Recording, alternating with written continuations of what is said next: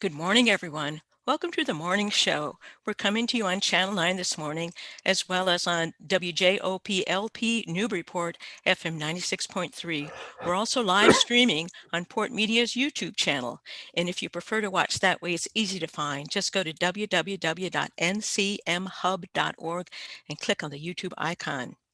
I'm really excited about today's show. My first guest is going to be historian and baseball superfan, Anthony Guerriero. He's here to talk about the intriguing baseball catcher and World War II spy, Moe Berg. And then toward the end of the show, I'm happy to welcome Sean Goguen to talk with us about his recently launched radio show right on WJOP, World of Jazz. But first, let me introduce you to Anthony. He's a favorite guest. He's been on the show several times. He's a very knowledgeable historian. He knows how to make history come alive. He's been here before to talk about interesting characters from history, ranging from Thomas Jefferson to Jackie Robinson and Ted Williams. And today he's here to talk about the intriguing life story of Moe Berg. Anthony, welcome, and thank you so much for visiting the morning show again. Well, Mary, good morning, and thank you for that lovely and wonderful introduction. You made me feel good. Good. I'm glad. Happy to have you here. Well, let's start right in. Anthony, how did you first come across the Moe Berg story? Well, as you said, Mary, I mean, I've done a lot of research. I've taught history of baseball and studied American historical figures. And actually, my beloved mother, who was, as I've said repeatedly on the show, was a big baseball fan. She had once said, "Have you ever heard about Moe Berg?" And she'd be finding books and say, "Well, I'm going to get you this book." I said, I don't need to know about it. And then it just intrigued me, and I bought it myself and did some research. And it's an amazing story. That's what it is. It's just a completely amazing story. And it's a baseball story. And for us living in New England, it's a Red Sox story. So go ahead. The best kind of story of all, of course. Absolutely. If he played for the Yankees, I wouldn't be on this show. Oh, no. But I mean, I think that, as you said, I've come before. When we've talked about Jackie Robinson, it's a baseball and civil rights story. Yes. When we talked about Thomas Jefferson, it was about Thomas Jefferson, the foodie. It was food and history. Yes. Ted Williams was solely a baseball story. Mm-hmm. This is a baseball story, a World War II story, and a spy story, all mixed together. Well, it has it all. It's mythical in its scope, actually. So, right. Well, all right, let's get into Berg's story then a bit. How long when did Berg start playing, and in what positions and for whom? Because I think, just between us, I think he played for some other teams besides the Red Sox at some point. So tell us about his baseball career. That's right. So he had a pretty good baseball career, about 15 years. Graduated from Princeton University and was a star shortstop there. Came up with the Brooklyn Robins, which was the forerunner to the Brooklyn Dodgers. And actually, the Dodgers, who just won the World Series, they changed the name to Dodgers, which really meant trolley Dodgers because of all the trolleys in Brooklyn dodging them, right? So he played for the Brooklyn Robins. He played for the Cleveland Indians. He played for the Chicago White Sox, and then ended with our beloved Red Sox. So he played over an interesting period of time, starting in 1926. And he played with some great Hall of Famers like Ted Lyons, Ray Schalk, who was his manager and Hall of Fame catcher for the White Sox. He played with, he was there at the beginning when he played for the Red Sox from 35 to 39. It was really during the wilderness years. I mean, they had some Hall of Famers and Lefty Grove, who he caught, and Jimmy Foxx, but he was there for the beginning of Bobby Doerr and Ted Williams. So his last year coincided with Williams' rookie year. And he was basically a backup catcher, but he was an adequate backup catcher. A lot different than what they do today. But I think that really helped him become the terrific operative during World War II that he became. So he had a pretty varied career as a catcher. And I'd been going to ask you if he was considered an outstanding player, and it sounds like he was considered an adequate player, as you're saying, but good enough to play for a bunch of different teams.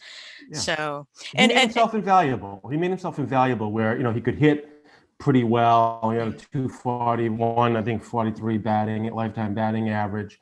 And they liked him. Everyone liked him. And he was smart. He was college educated, which was very different for that time. And, and Mary, when you're the catcher, which I think is the best position in baseball, you see everything. So he was very smart already, but he saw everything. He managed the field and he managed the pitches very well. Like I said, the pitches, a lot of the pitches, like Lefty Grove, Hall of Fame for the Red Sox, likes pitching, throwing to him. Yeah, I was impressed that he went to Princeton. And as you mentioned, it sounds as though that was pretty unusual for the time. And probably especially unusual for a professional athlete as well, wouldn't it have been?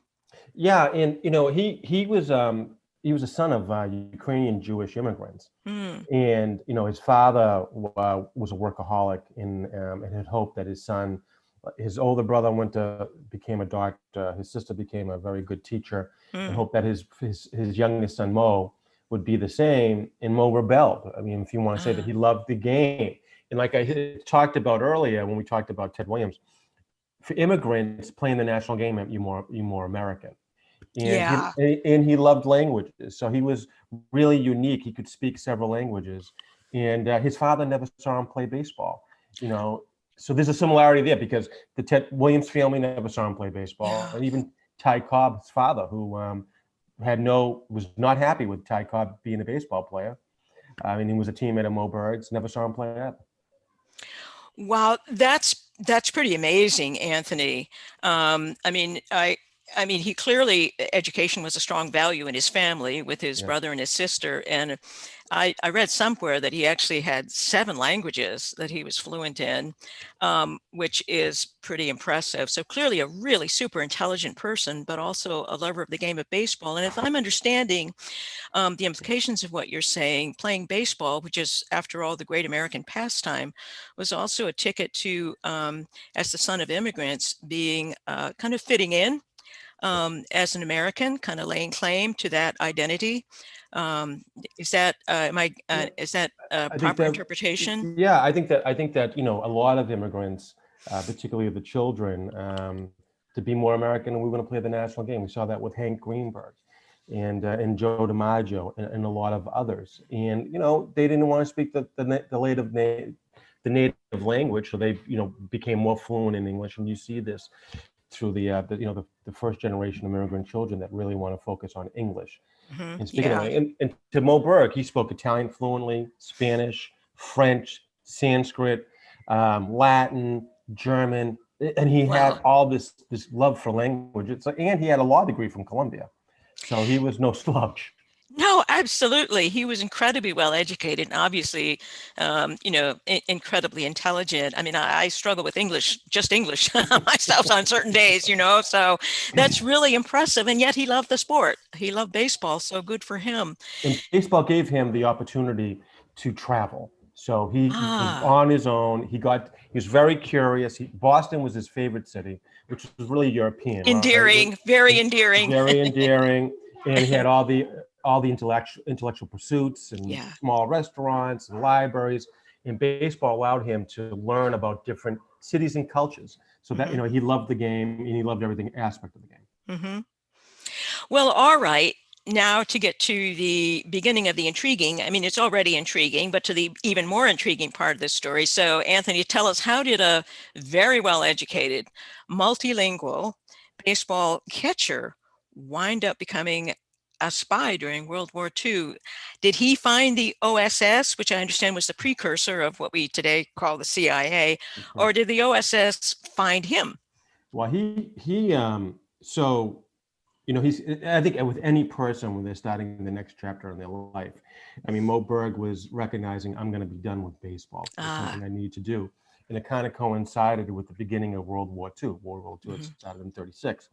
So in 39, at the end, he finished his career with the Red Sox. They had offered him a coaching job, but he wasn't too keen on that. And he had heard that the government was looking for people who had language skills, and he recognized that he Ah, had that. And he had a friend from Princeton that was involved with the government, the State Department, and had heard that they were looking for people who were bilingual, multilingual. And he pursued a couple of Princeton friends, and he ended up working for the Office of Strategic Services, which the OSS, as you said, the precursor to the CIA, under Wild Bill Donovan, who was a World War I hero. mm, And the OSS had John Ford, the great director, working for them, mm. Marlene Dietrich, the great German-American actress, and Julia Child also worked for the OSS. So he was in. That's good company he's keeping. That's excellent, and it's excellent company. And for a guy that likes to eat fine food, he was in good stead. But you had all these people looking for information, and you know, as I said, this is a spy story.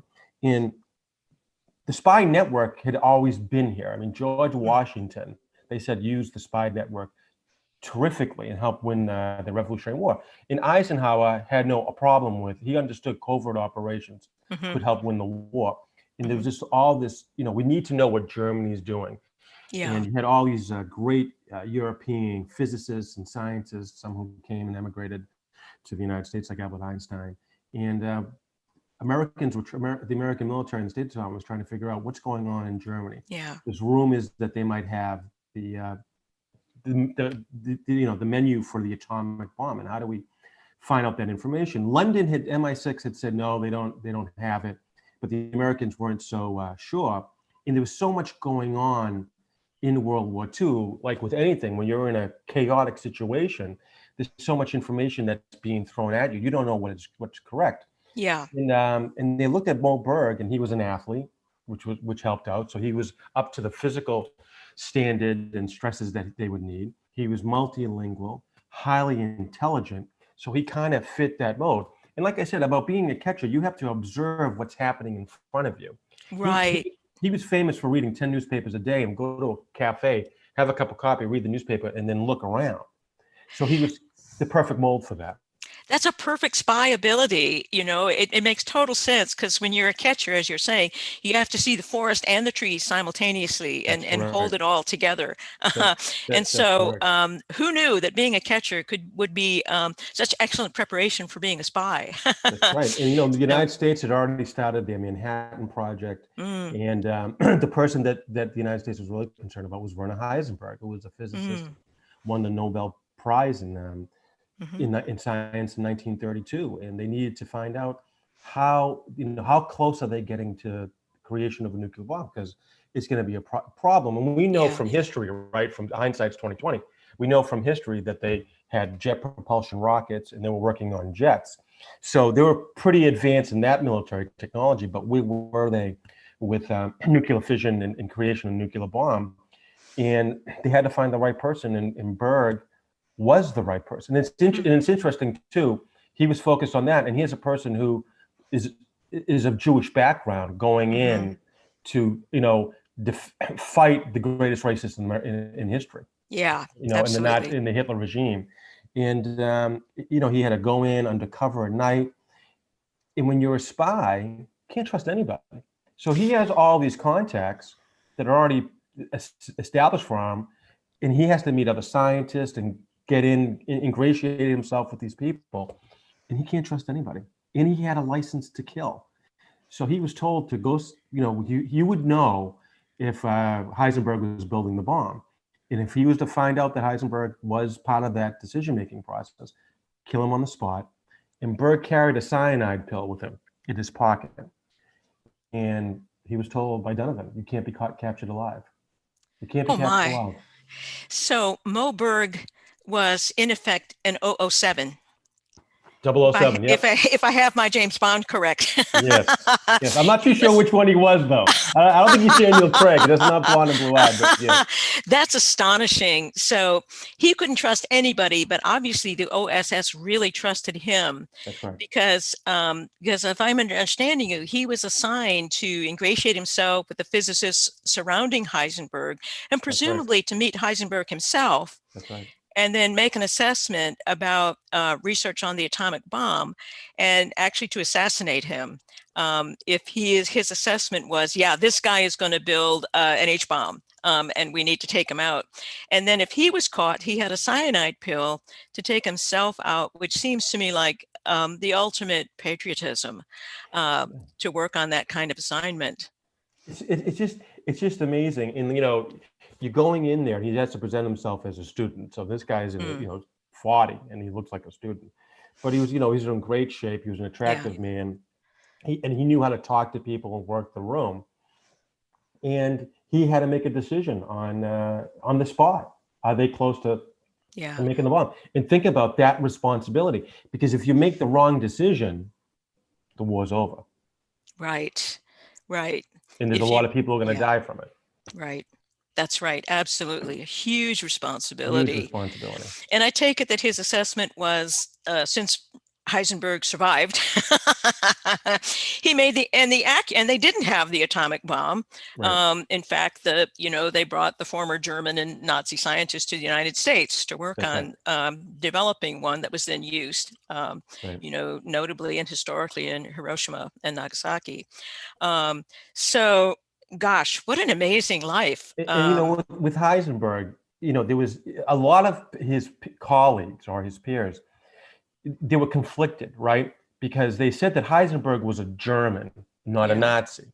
That he, Yeah. he supported Germany, Mother Germany, and he wasn't a Nazi. And people said, well, you can't distinguish between the two. Yeah. And when they found out at the end of the war that they weren't even close, they had some hard water, they had some uranium, but they were nowhere close to building an atomic bomb as they feared. Mm-hmm. And it's just, and Heisenberg had a very good career after the war Yeah. as a known physicist, but Yeah. it's an amazing story. And how he didn't have an ulcer during this whole time is beyond me. Yeah, it's a stunning story. Amazing. So dramatic. Well, Anthony, presumably nobody except the OSS knew that he was a spy during the war. But did people find out? When did people find out? After or during or after the war, that he had this remarkable kind of second career working for the OSS? Well, Mary, I'm just going to show you a quick picture. I don't know if you can see it. That's what Moe Berg would do if you were asking something about his personal life. He'd put his finger up to his lips. I'm showing a picture of Moe Berg Okay. to say, shh. Right. So, I mean, Okay. he was very good at keeping secrets. And I think that, people would see him, he'd come into their life and get out of their life really quickly. They didn't know what he was doing.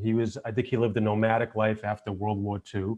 And they knew that he was doing some stuff in Washington with the State Department, but they didn't know what. He didn't tell. His great love was Estella Looney, a New York socialite. He never really told her what he was doing. And his brother and sister didn't know. Wow. He had some stuff. He had a brief time contract with the CIA. His contracts were never renewed. But it wasn't really until much later. And I feel bad for the guy because he had called someone, a publisher, about doing his autobiography. And the guy went in to interview him, and he thought he was Mo Howard from the Three Stooges. Oh, no. He goes, I'm sorry, I thought you were Mo Howard. And the guy walked out on him. So, I mean, poor Moe Berg. Okay, what that says about our values, we'll table that for the moment. that a stooge, rather than a World War II a baseball player and a World War II hero, basically, didn't merit investment in an autobiography. Okay, times were tough then. So it sounds as though, if I'm understanding you, Anthony, he was pretty enigmatic. And secretive about his comings and goings. And did people eventually must have found out about it, though? Not till after his death, Mary. Not till after his death. I mean, he lived with his brother for a lot of years. I think about 17 years, and he lived with his sister, and they just didn't know. He was awarded the Medal of Freedom, the highest civilian honor, and he turned it down. And spies don't tell stories, and he's kept that secretive life. And I mean, I think even to Julia Child, everyone knew she worked in the government, but they didn't know that she worked on shock repellent during the war and radar. Right. That didn't come out until after her passing. So he more or less took that code to his death. A code of silence. Wow, there's a real kind of nobility, is the word that comes to my mind, in that dedication, in that willingness to, it's certainly not an ego-driven motivation, but real raw, hearty patriotism at work there.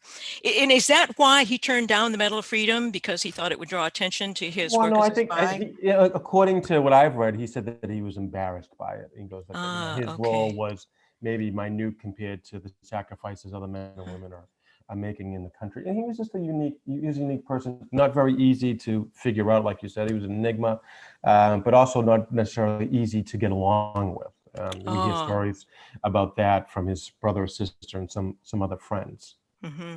Just a character. Well, tell us about his later life, after baseball, after spying. What did he do? Where did he live? And how was he viewed? He, he was, like I said earlier, he was very well liked by his teammates. Once you retire from baseball, you get a lifetime pass to baseball games. So he spent a lot of time in the baseball parks. He would go to hang out with the columnists that he liked to talk to, but also because he got the free buffet lunch and would sneak a couple of sandwiches into his pocket. He was the master of finding a free place to live and getting a free meal. And he lived a nomadic life. I mean, he lived with his brother and his sister, like I said, but he bounced from one place to another. He never had any money, never. People would always foot the bill. As he got older, he became more eccentric. He was known as a very handsome man, always dressed to the nines. And as he got older, it was very clear that his suits were worn. I mean, one time he was sleeping at a friend's house, the daughter opened up the bathroom and his shirt, socks, and trousers are hanging because he had just washed them in the sink. So he was his friends were frequent visitors to Brooks Brothers and bought him suits when we needed them. And he just bounced around. I mean, he traveled to Washington. As I said, he loved Boston. He'd go see old friends. But there was not one place that he called home. And like I said, he never had money. And unfortunately, he had expensive taste. So when the government footed the bill when he was in the OSS, and then the government came back and said, you owe us over $19,000. We want the receipts. You have to pay it back. You're got to be kidding me. The IRS was hounding him, and he had to ask some friends to intervene, and he didn't have any income. Oh my word. That's just jaw-droppingly ungrateful. That's Makes right. me think of Alan Turing. Who also helped save civilization, and then I think was thrown in jail, for being gay by the Brits. After breaking the was it the Enigma code? Yes. So anyway, come on, governments. It's just amazing. And I think that too. From what I've read, he was a lonely man. Yeah. That's why he didn't believe in marriage. His great love married somebody else during the war, and he'd have these affairs and then drop them like on a dime. Yeah. And that's how his relationships were. And he wanted people to recognize him. He wanted the conversation to be about him. So there was an egotism to it. Okay. And he liked the fact when people had long memories and said, "Hey, you're Moe Berg that played for the Red Sox," or so forth and so on. Well, many distinct chapters in his life then. I mean, the education chapter, the baseball chapter, the spying chapter, and then the kind of nomadic life of eccentricity, and also secrecy, because if I understood what you're saying, even his sister and his brother, with whom he lived for periods of time, had no idea about the Heisenberg caper. So that's just an amazing and unique life, Anthony. I'm understanding your attraction to the story. Well, tell us about when he died and how he died. And I think there's a story about what his last words were reported to have been.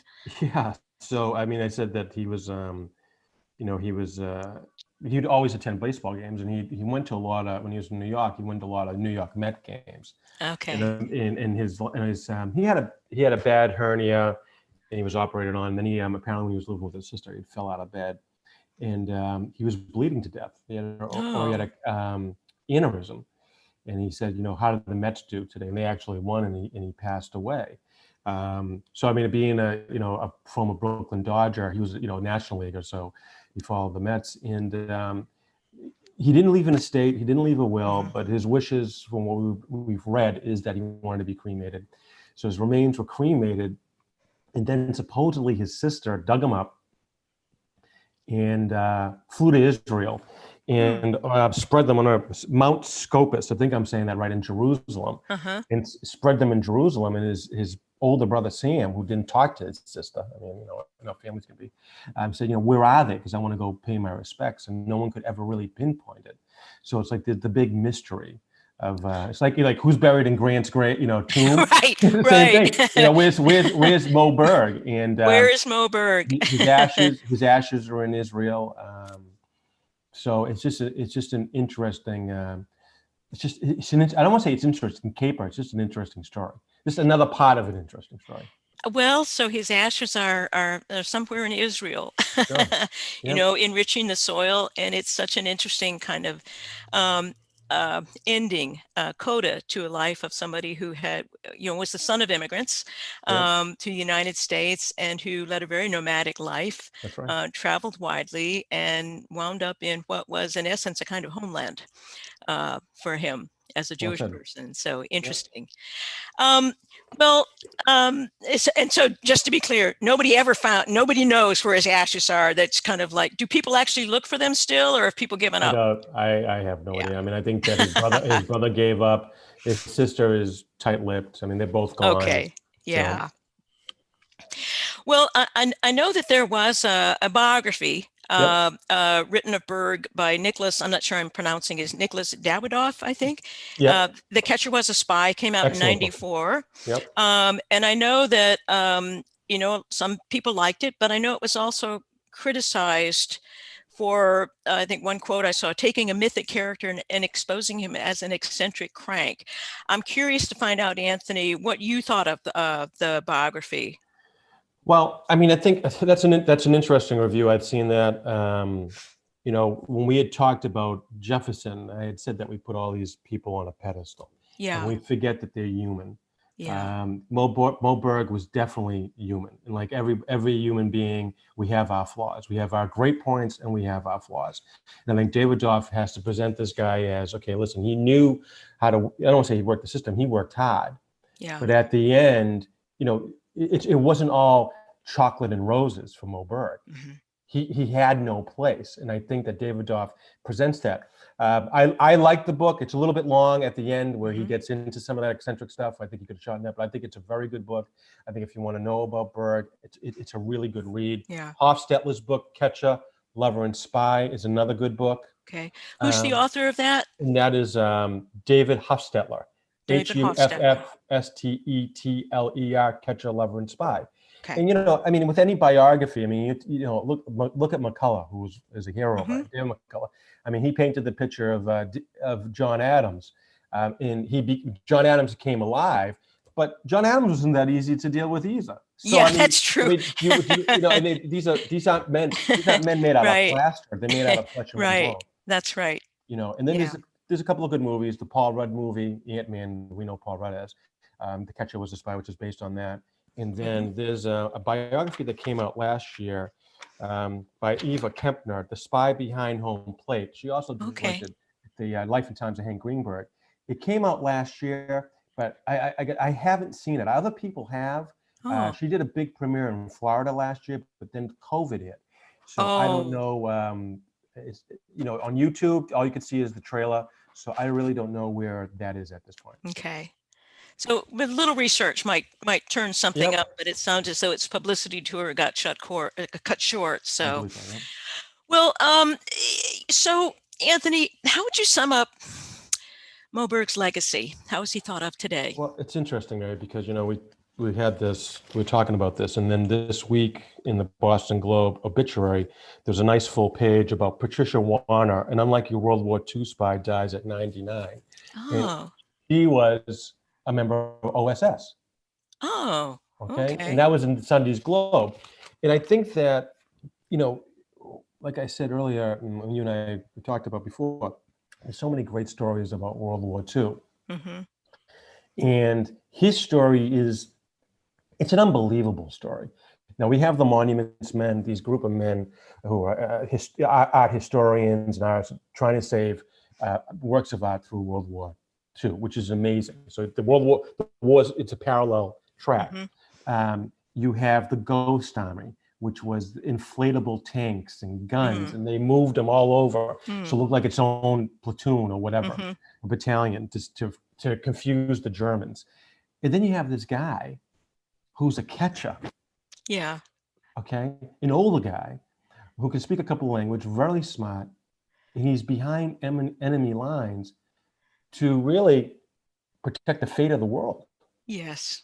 And then how can that not be a great story? Now, there's a lot of ball players joined the military in World War II. We know Mm-hmm. for the Red Sox, Ted Williams, Bobby Doerr, Yeah. Johnny Pesky, all these other players through Major League Baseball who served. And same thing with World War I. But the Berg story is so unique Mm-hmm. because he was such a visible person. I Mm-hmm. mean, people knew. I mean, he could blend, but when he was in Boston and other cities, hey, that's Moe Berg, the catcher for the Red Mm. Sox, and he's a hero. And I had said to a few people when we talked about Berg, the Red Sox should retire his number.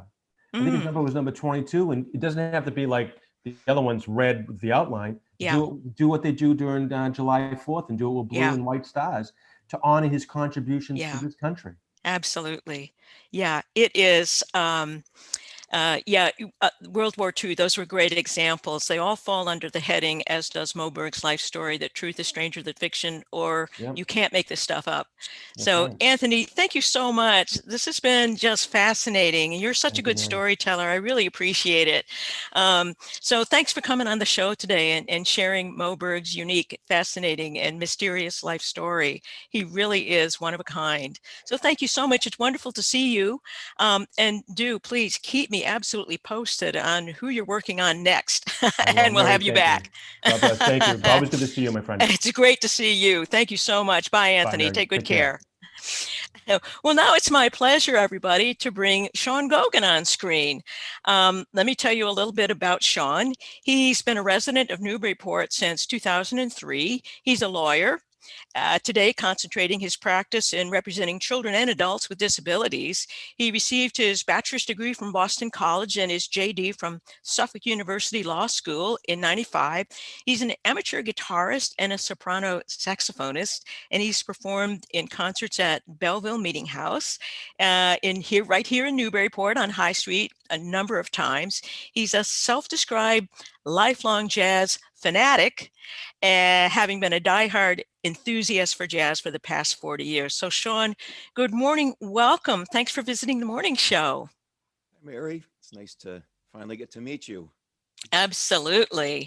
Well, Sean, your new show, World of Jazz, highlights your knowledge of jazz. And so the first thing I wanted to talk to you about, it's clearly deeply important to you and has been a significant part of your life for decades. How did you initially discover your love of jazz? Was it love at first sight? Almost. I have to credit my father for getting me into jazz. I'm 50 years old. I've been listening to jazz since I was about 10. Wow. And my father was not a musician, but he was a pretty avid jazz fan. And he first introduced me to jazz back in the late 70s when back then a lot of jazz that was popular at the time incorporated a lot of soul music, funk music, and even disco. And it was, some jazz purists might not consider that jazz. I'm talking about people like Quincy Jones, Okay. Grover Washington Jr. For me, that was my first exposure to jazz. And it was when I finally listened to John Coltrane, which hooked me for good. Okay. So Coltrane did it. Oh yeah. Okay. Oh yeah. Well, Sean, tell us about your recently launched show on WJOP, World of Jazz. What made you decide you wanted to launch a show highlighting jazz, and what purposes do you hope that the show will fulfill? Ever since I was a kid, I always had a fascination with radio. I always wanted to have a radio show because music is, I mean, everyone knows me as the lawyer, but the other side that a lot of people don't know about me is music is a huge part of my life. I don't just love jazz.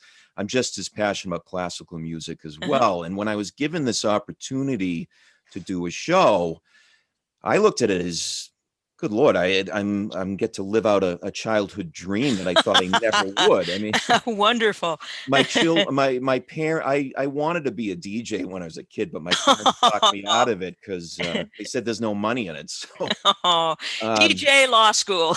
yeah, well, my father was a lawyer. He was a big Okay. inspiration for me. But this is like a dream come true for me. Oh. And it's purely a labor of love. I chose jazz over classical music. I had to kind of fight with myself. Do I do a show on chamber music, which I love just as much, or jazz? Jazz, I figured my style of speaking is a little bit more conducive to a jazz format, and I I've read so much about jazz. I got a lot of it up here, and I just love it. And I think, you know, you just asked me about what is the purpose of the show. Well, the main purpose obviously is to share my love of this music. Mhm. I'm hoping that my enthusiasm for it comes through in the show, and then it rubs out on the listeners. The other reason is this: even though I've always wanted to have a radio show, maybe 6, 7 years ago, I wouldn't have felt so much urgency to do the show as I do right now. There's a saying that food brings people together. Well, Mhm. music does too. Yeah, absolutely. And we're in a time right now, I have never seen, I don't know if I ever will see the country as divided Mhm. as it is now. Yeah. And I'm going to say it, we have a president Mhm. that is adding fuel to the fire every day simply to boost his own ego. Mhm. Um, he says hateful, stupid things Mhm. in public. He doesn't care who it hurts. And I'll be frank, I'm going to be very blunt here. I think I wouldn't be surprised if he's trying to stir up a race war here. Mhm. Mhm. The perfect example was, believe me, I'll tie this into the show. The perfect Mhm. example, just one of thousands of examples, back in September when Jacob Blake was shot by the Yeah. police in Mhm. Kenosha, Wisconsin. What does Trump do? He goes over there and he says, hey, cops, they choke every once in a while, which is true. This is a kid that with a person that was shot several times. He says, hey, this is nothing more than like missing a 3 foot putt on the golf course. Mhm. So what do you expect people to do in the Black community, poor Black people? How are they supposed to respond? And I frankly think we have a president that's trying to fire up the poor, fire up minorities to get them to revolt, so he can Mhm. justify bringing the military in and to Mhm. crush them. I'll be very frank here. Mhm. So, having said that, get that off my chest. Mhm. Um, Music, like I said, music brings people together. Yeah. And I don't think there's any other time more than now that people need to come together. There's a lot of healing that needs to be done these days. Yeah. Um, One of the purposes in my show is to demonstrate how cultures around the world have embraced jazz, Mhm. and how, due to the way people have listened to one another and just accepted our differences in our cultures, it's made the music richer Mhm. and has improved it. So the way I look at my show is I try to celebrate uh, all the cultures around the world that have contributed to jazz, Mhm. and that, if people just get along, we can create a beautiful thing. In this Mhm. case, very diverse jazz music. It just Yeah. improves year by year, and it's because people have stepped back and listened to one another and joined Mhm. together and celebrated our Mhm. differences. So Yeah. that's a big motive in having this show.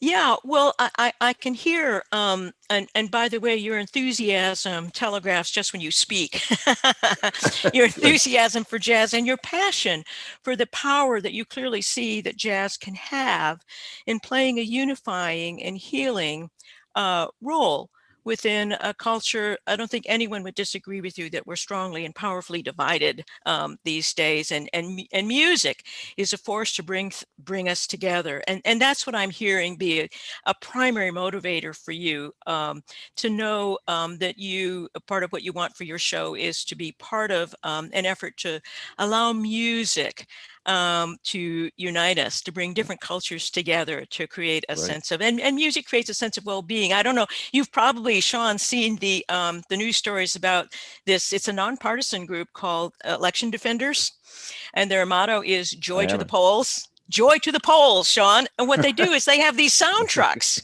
because we've all seen the footage of these incredibly long lines of people waiting to vote for hours and hours. Story for another day. But what they have been doing is they have speakers on a sound truck, and they in different cities across the country, they take the sound truck and they play music for people waiting in line, and people dance, and awesome. they take pizza and sanitizer. So I think it's proof positive of the power that music can have to not just bring people together, I think, but to also shift the mood. Absolutely. Shifting them. I think that comes down to it totally. Shifting the mood of this country. We got a lot of work ahead of us, and I'm hoping music will help that. We got a lot of work in front of us, but we got a lot of music as well. Well, you were just talking about how one of the distinctive features of jazz is that it embraces cultures worldwide. It's a kind of a musical UN, so to speak. And I was hoping maybe you could give us some examples, perhaps, of some of the varieties of world cultures that have been embraced by jazz, and how it's been used by jazz to develop the genre. Absolutely. I think the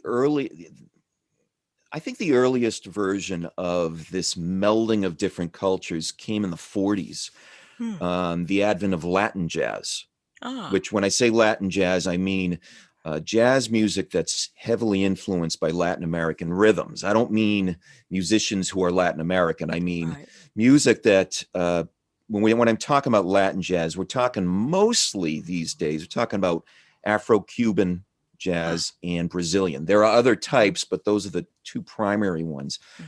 It was a form of music that was actually created in New York City. A lot of in the 1940s, that was the advent of the bebop era, which is basically the advent of modern jazz. And back in the 40s, there were a lot of Latin American nightclubs that had some great orchestras that played Latin music. And what happened was, a lot of the great bebop cats that were hitting the scene in New York City, they started going to these Latin American concerts, and they really dug it. They were really into it. And what happened was, eventually, a lot of the black musicians ended up jamming with the Latin American guys. And that is how Latin jazz was formed. So they played off one another. They played off one another. And these are two cultures that haven't always gotten along. So I look at that as a very good example of how, two ethnic groups that haven't always gotten along, they just come together and they find a common ground, and they create something really beautiful. Latin jazz happens to be one of my favorite forms of jazz. The other, to answer your question further, Europe has always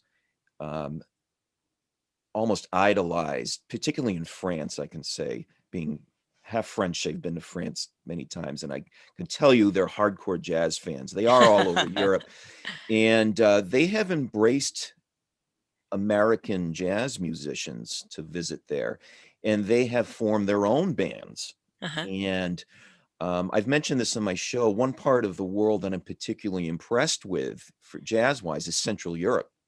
There are a lot of great jazz musicians in Poland and the Czech Republic that I particularly like, and I featured a couple of them on my show. There's also just the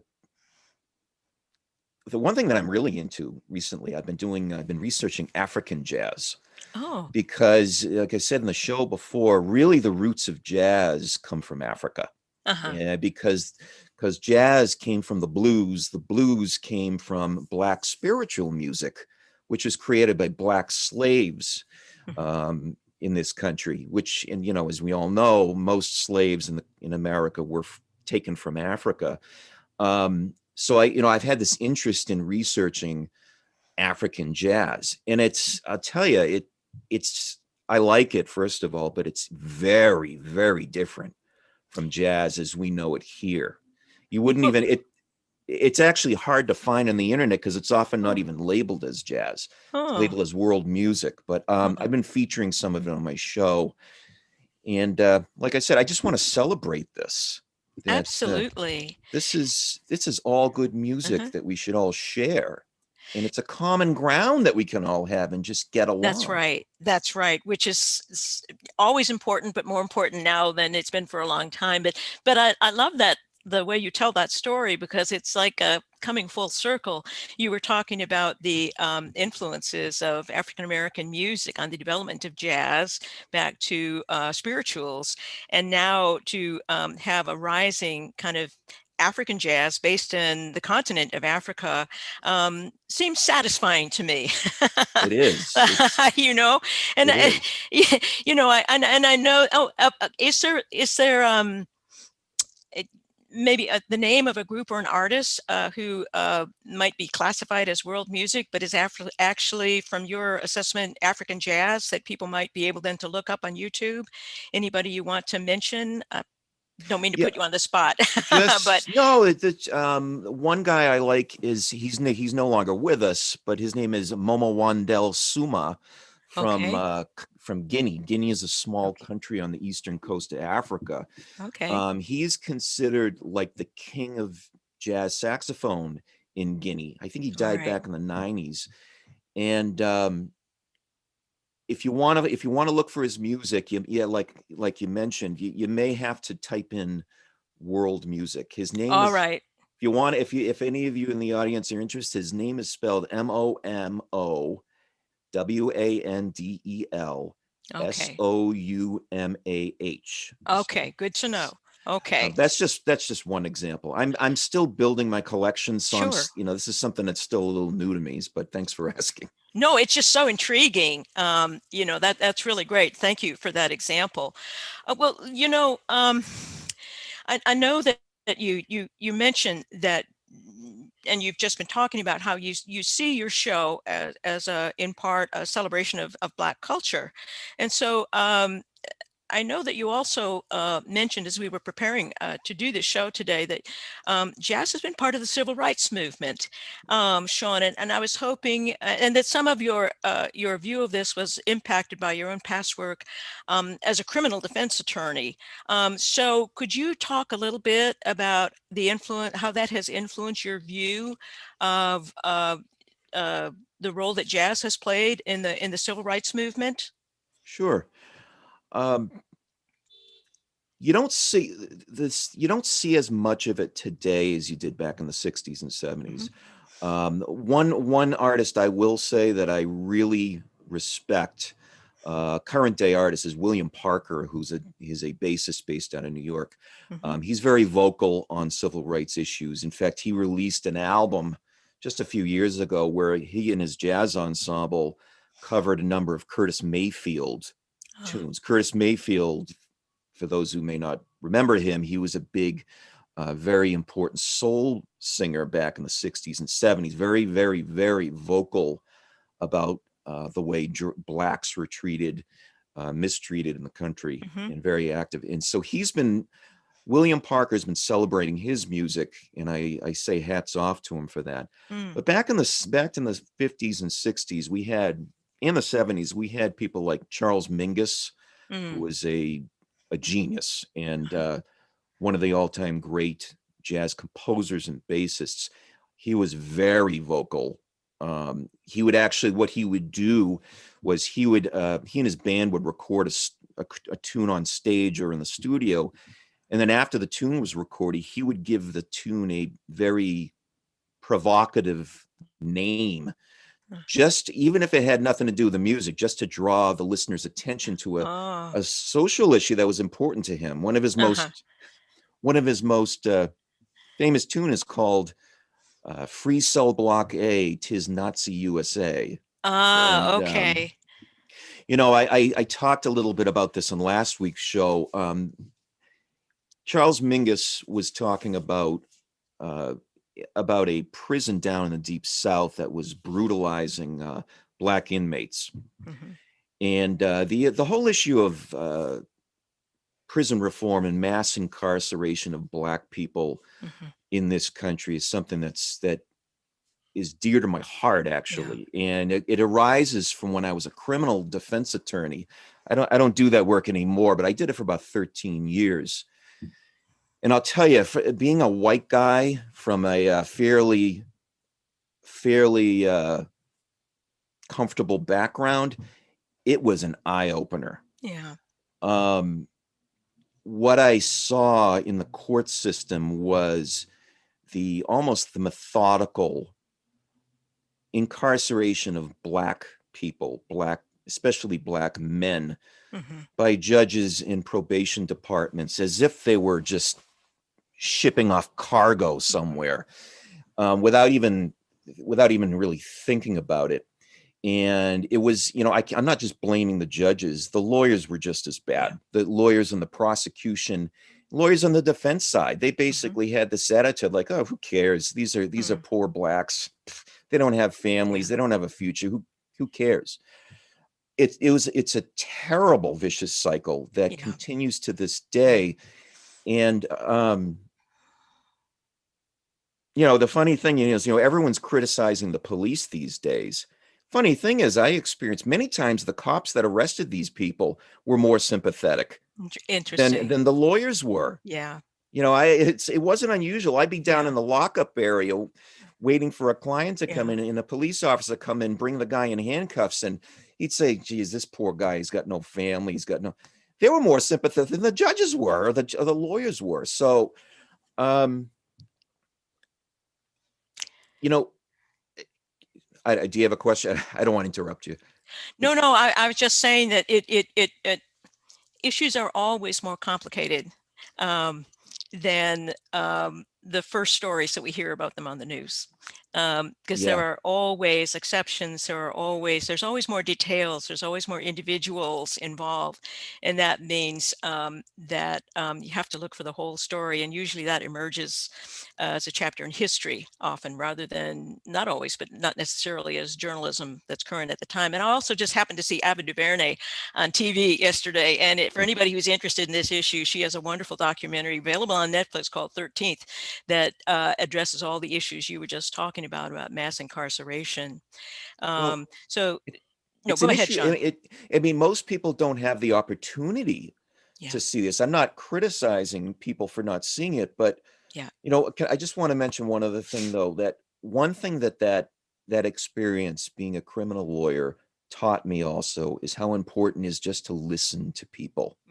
Yeah.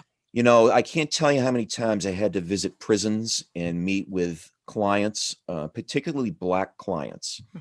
And I tell you, just sitting there and listening to their story and not dismissing them, hearing what they have to say and hearing what they've had to go through, that white people they have so many more hurdles that we don't have to climb over, hoops that we don't have to jump through. A lot of people don't realize that, and it opened my eyes in a major way. Well, I can hear that, Sean, because you speak with passion and eloquence about it, and I can hear how it also has informed some of what you really appreciate about jazz. Absolutely. And the role that jazz has played, and its evolution from its roots in African American culture. And so following up on that, I wanted to ask you, who are some of the artists, or who are a couple of jazz artists, whether African American or not, whether part of the civil rights movement you've been taught, whether Charles Mingus or not? We're going to check him out now and look at those titles of his songs. But who are a couple of jazz artists that you feel deserve more attention than they've gotten? Women musicians. That's true in the classical field too. True. Yeah. Although I think they've been accepted in the classical field longer than they have in the jazz field. The past 20-25 years has seen just a wonderful infusion of women into the jazz world other than the stereotype of singers. Most people, when they think of female jazz musicians, they just think of Billie Holiday and Ella Fitzgerald. And it's almost like it was a stereotype back in the early days of jazz. Well, if you're a woman, you have to be a singer. Yeah. Well, I'm glad to see that over the past 20 years, there have been a lot of excellent female jazz artists that I really like. You asked me for some specifics. Yeah. An alto saxophonist that I really enjoy is Alexa Tarantino. She's based out of New York. She also has a local connection actually here. She's the director of the Rockport Jazz Workshop in Rockport, Massachusetts, that teaches children how to play jazz. I'm like, that's awesome. That is awesome. It is awesome. She's a really good saxophonist. There's an Armenian pianist. Her name is Zela Margosian, and I particularly like her playing because she incorporates her Armenian heritage into the music, into jazz. And you can hear in the melodies, they have a very exotic Middle Eastern sound to them. And I love it when people from other countries incorporate the music cultures into their music. It just makes jazz so much more interesting. I mean, I could list a few other women that I really enjoy these days, but I don't know if we have enough time. Well, probably not today, but you may have to come back because you're so knowledgeable and you speak, as I said, with such passion and such eloquence on these topics, Sean. So thank you very much for that. And your show just sounds fascinating, a delight both for the senses and for the mind. So, Thank you. So we're running out of time for today, but let's talk about when people can hear World of Jazz. It's on WJOP FM 96.3. And tell us when it's on, Sean. There's a new show every Saturday night from 7 to 9. And then the show is repeated 3 days on Mondays from 5 to 7, Thursday nights from 8 to 10, and then Friday mornings right after your show from 9 to 11. Right. It's also available as a podcast on the SoundCloud. I think it's SoundCloud, NCM Hub. Yep, ncmhub.org. Right. And then just click on the cloud in the upper right-hand corner and scroll down and look for World of Jazz, and you'll find it. So even if you miss one Saturday show, you can go back and listen to all of Sean's shows. They'll all be there on the SoundCloud. Sean, thank you so much for visiting the morning show. It's been fascinating to talk to you. It sounds like just a wonderful show. I really appreciate it. Thank you so much. Thank you.